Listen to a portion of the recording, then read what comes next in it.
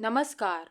योगस्थ कुरु कर्मणि संग त्यक्त्वा धनंजय सिद्ध सिद्ध्यो समो भूत्वा समत्वम योग उच्यते। इस श्लोक में भगवान कृष्ण अर्जुन से कहते हैं कि हे अर्जुन, सफलता और असफलता के प्रति जो तुम्हारी आसक्ति है उसे त्याग कर तुम दृढ़ होकर अपने कर्तव्य पालन की ओर अग्रसर हो जाओ। इसी को समभाव कहा जाता है। भगवान कृष्ण के कहने का अभिप्राय है कि समभाव हमें जीवन में आने वाली सभी प्रकार की परिस्थितियों को शांतिपूर्ण ढंग से स्वीकार करने के योग्य बनाता है। यह ऐसा महान योग है कि इसे भगवान से एकीकरण होने के समान बताया गया है।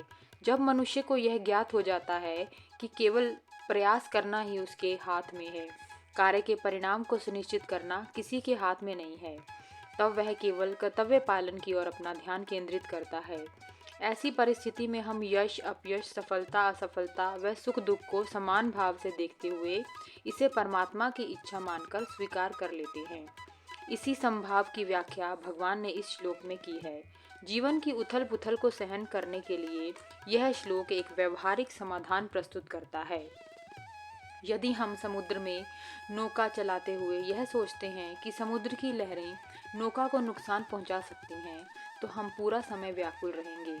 यदि हम चाहते हैं कि समुद्र अपनी विशेष प्रकृति के विपरीत बहने लगे और इसमें लहरें ना हो, तो इसका अर्थ है कि हम चाहते हैं कि चमत्कार हो जाए, जो कि व्यवहारिक जीवन में संभव नहीं है।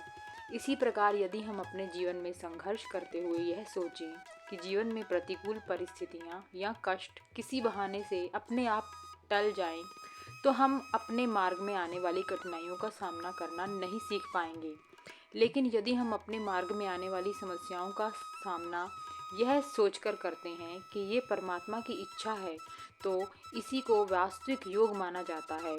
फलों की प्राप्ति परमात्मा के लिए है और इसे हमें परमात्मा को ही अर्पित करना चाहिए। ओम नमो भगवते वासुदेवाय नमः। धन्यवाद।